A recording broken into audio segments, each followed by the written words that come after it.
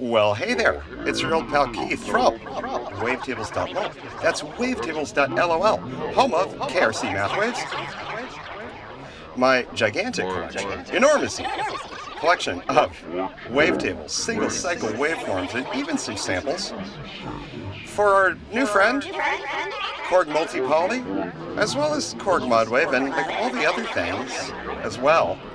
If you know me, you know I deliver my wavetables in every darn format. I mentioned in my first video that involved Korg Multi-Poly, which we're hearing right now. Let's go over here into our old friend Korg modwave and turn up the volume, Keith. So we can see our wavetables a little bit better, our waveforms.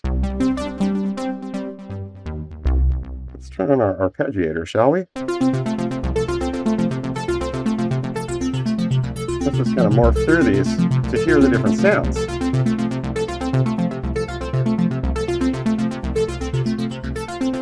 Just two little wavetables here. So I call these the KRC Synth Sort and Z-Cross wavetables. When you import them to Multi-Poly or to Korg modwave, you'll find them in several collections. Let's see here. What else do we have? Let's go. I guess that's where we were.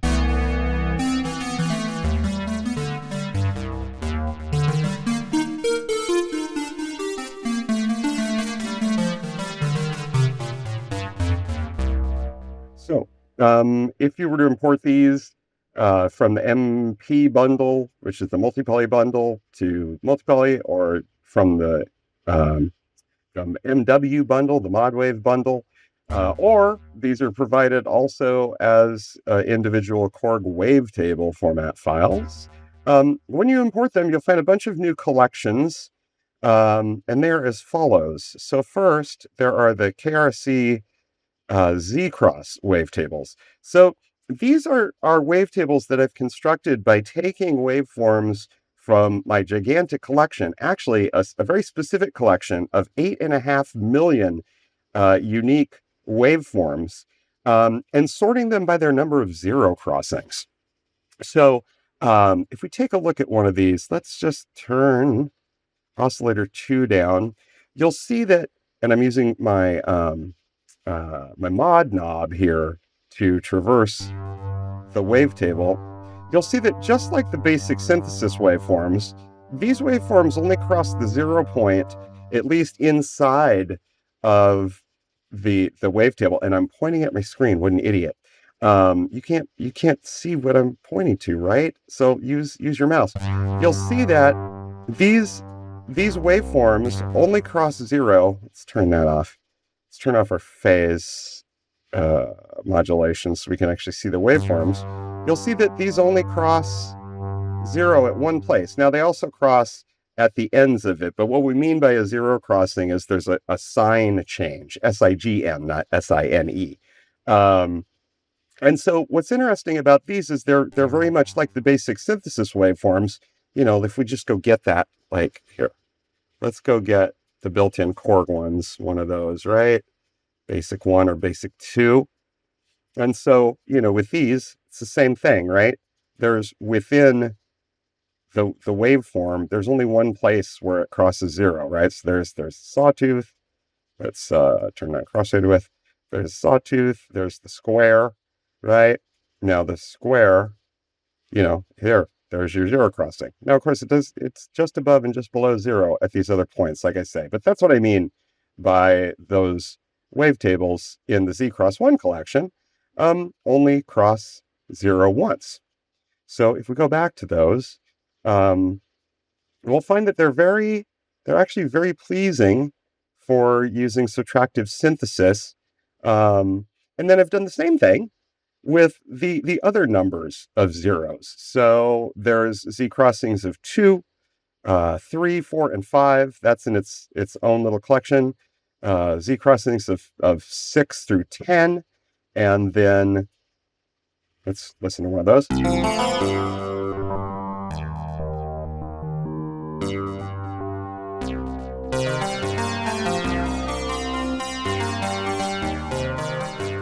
Very synthy stuff, right? Most of the waveforms in this huge collection are very synthy and will respond really well to all of the classic subtractive synthesis kind of tips and tricks that you might do. And I did them all the way up to 19. Now, these are just randomly selected waveforms from my training data set for my latest variational autoencoder models. And what you'll find across these waveforms are a lot of my more recent waveform constructions, like this is a Vosim wave, I think.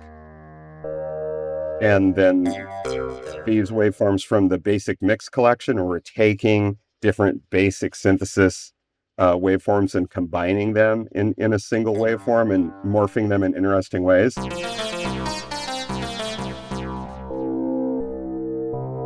You know, and there is some of the bell-like stuff,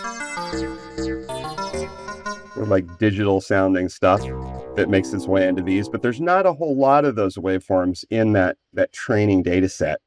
And so instead of running them, you know, using them to train a VE model, I've just taken that entire set of waveforms that I created and have randomly selected waveforms and then put them into wavetables, right? You know, this is one of the ways of thinking about wavetables, right? A little bit of like wavetable theory or wavetable philosophy. So on the one hand, wavetables might be arbitrary and might be about just giving us a bunch of interesting waveforms to choose from. Or, you know, sometimes I think about it like designing an oscillator. Like a good example of that would be like the Bezier curve waveforms. Like, you know, here, let's go there.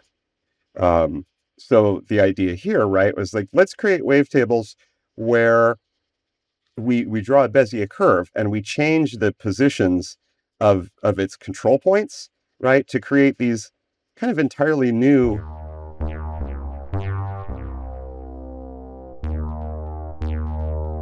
types of morphing waveforms.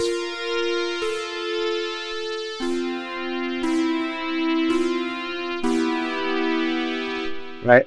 So sometimes we're thinking about wavetables that way. Sometimes we're thinking about them in this other context that's about picking out wavetables. So that's kind of the inspiration behind these new ones, the KRC synth sort and synth sort and Z-cross.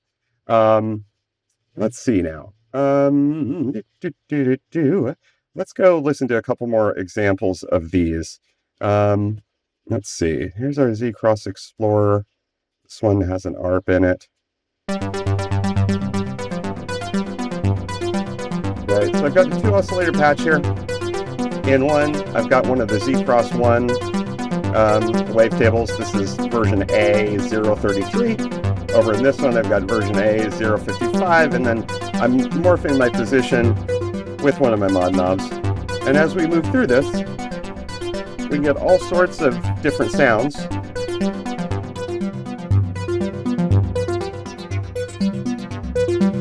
This I should be in play mode, so we can see both of them. You know, you'll find stuff like this sawtooth wave that's got little wibbles in it. Maybe you've got this thing that's kind of like a pulse that's riding on a very strong fundamental, basically a sine wave with a little wibble, a little doohickey, a little notch in it. And then, you know, this is perhaps one of the polygonal waveforms. This one down here. Anyway, really cool stuff you could do there, right? These are all in KRC MathWaves, the full version. You won't find these in the free version. Maybe someday I will include some free ones. Now, since these are the same, they're the original waveforms, but since these are part of the training set for my VE models, like you will find some waveforms like this in like VE 365, which is in the free collection. It's like 1,400 wavetables. These are the waveforms that trained that model. Okay. Anyway, but talkie. Hey, thanks everybody for getting us to more than 1,000 subscribers, and we're on the very verge of 4,000 watch hours this year, which is just kind of insane. Thank you. So like and subscribe for more talkie synthesizer content, so you never miss an episode of my little talkie synthesizer content show, right? You know, not all of these waveforms are, you know, going to be buzzy and synthy and sawtoothy. There are also things that are sine wavy. So we can do stuff like this. And as you move across them, you will find, you know, kind of interesting things. As usual, I'm sort of freestyling here. So,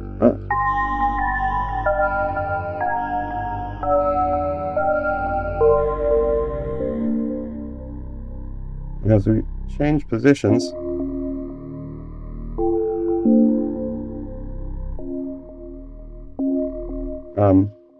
God.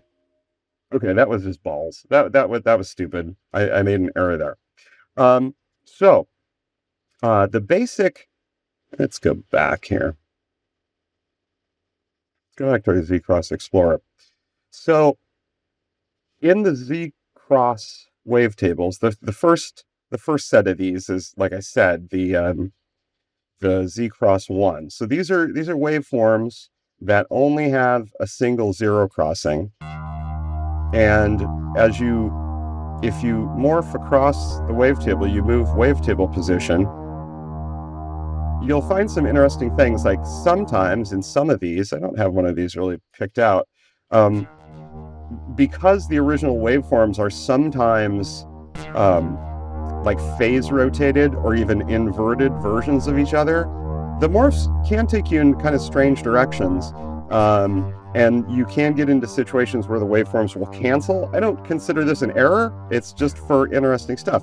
And then again, keep in mind that we don't always have to smoothly crossfade with a waveform. If you want to pick out the exact 8 waveforms that are in this file, just turn your crossfade width down. This is, you know, similar on other wavetable synths. It's like turn down that interpolation, and then we can just pick out exact waveforms we're interested in. Right? Okay. Now, the other categories. So, yeah, okay. In Z-Cross 1, there are 192 wavetables. It turns out that waveforms like this, that, you know, one are phase rotated such that they kind of start on 0 and then they only have one zero crossing, they're fairly rare. And so even though there's like this, you know, 8.5 million waveform collection, there's a small number of thousands and thousands of them. And when I went to generate these wavetables, I actually did not have enough of these kind of special waveforms to fill up a huge collection with 64 waveforms, you know, in each wavetable. So these are 192 wavetables that all have like 8 waveforms apiece. They're very appealing and interesting, and even so, there's a lot to explore here, right? That's about 9,000 waveforms or whatnot. Maybe more. I'm probably not doing that math right. You know, there's been more than 10,000 waveforms in there. If we go to the different categories, so like zero crossing 2 through 5, there's 2 versions of them. So you'll find versions that just say Z-Cross _2, or sometimes they say like Z-Cross _8. It seems like I missed that here in collection 2. These have 2 zero crossings per waveform. And what you're going to see in wavetables like this are a lot of my shark fin waveforms. Like that's a shark fin waveform. Which kind of, the shark fin is an interesting waveform. It's a variation on the triangle wave with a different slope, like different incoming and different outgoing slope. And they create these sounds that are kind of buzzy, and they have characteristics of the triangle wave, the sawtooth wave, and the square wave in different amounts. They're like a really interesting mellower alternative to, say, using a square wave or a sawtooth wave. And so there are a lot of them. And they have this special property that they only cross the 0 point twice over the course of the waveform. So you're going to get a lot of those in the Z-Cross 2s. But also waveforms like this, that, you know, it's just a little bit wibbly, and so it only crosses 0 twice. There's another shark fin waveform, but this one's kind of weird.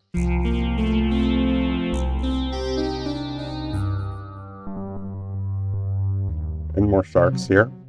As you go up, so the other thing is it for the zero crossings that are higher than 1, there's 2 different sets. So there's 120, what is it? Looks like it's 64 wavetables here for that have 8 waveforms apiece, and then there's the _x_64, which have 64 waveforms in the wavetable. That is, the wavetable has 64 frames, and so this gives you a lot more to work with. Now they're not very sweepable at this point, right? Because if we wanted like morph this waveform, say to the one that's next to it, we can't go very far, right? You hear that? We're going up to the second waveform. So in modwave, that's about 6. And then if we turn our crossfade width up, we can hear that transition, which we might slow down, right? We could make it real slow.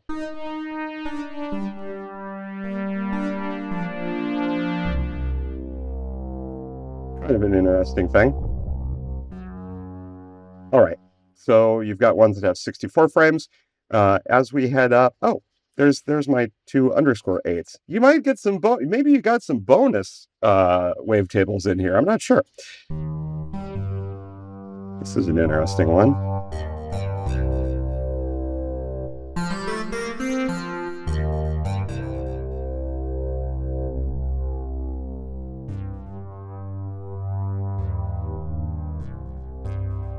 All right.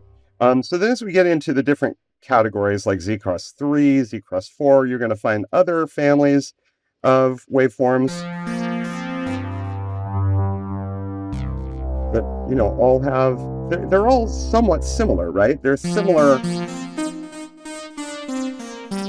in that they share the same number of zero crossings. Now, keep in mind, sometimes people comment on this or they ask about this. It's like, if a waveform crosses 0, like these do, like 3 times, does that mean it's like 3 times the frequency of one that only crosses once? Well, sort of. But we don't, at this level, at like the 2048 sample per frame, you know, wavetable single cycle waveform level, we don't perceive those differences in the number of zero crossings as pitch so much. We perceive them as timbre. I guess we could demonstrate that really quick. So here's a Z-Cross 3, right? So this guy has 3 zero crossings. And let's just go over to oscillator 2. Let's put one, there's already a Z-Cross 1 in here. Let's select a different one. Let's turn off any modulation on it. There's a nice kind of square wave. And you can hear that, right? These waveforms sound in tune, although technically, like this one is crossing 0 like 3 times. Now, if we move this one that has the higher number of zero crossings down an octave,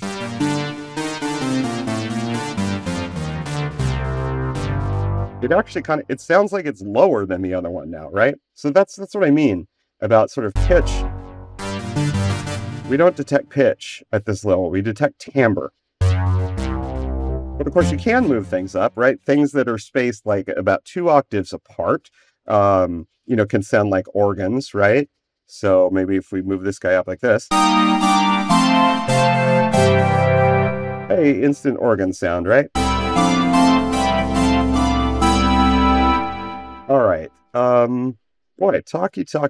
Anyway, I've done this. I've created 8-frame wavetables and 64-frame wavetables for all of the zero crossing counts from 2 up to 19.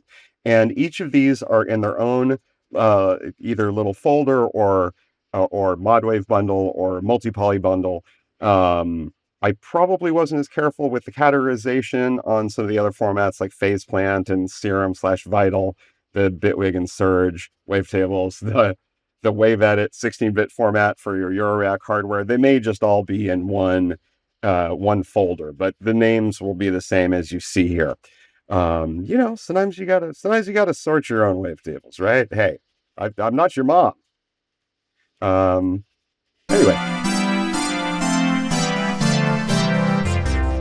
So these are really great in modwave. Again, very synthy.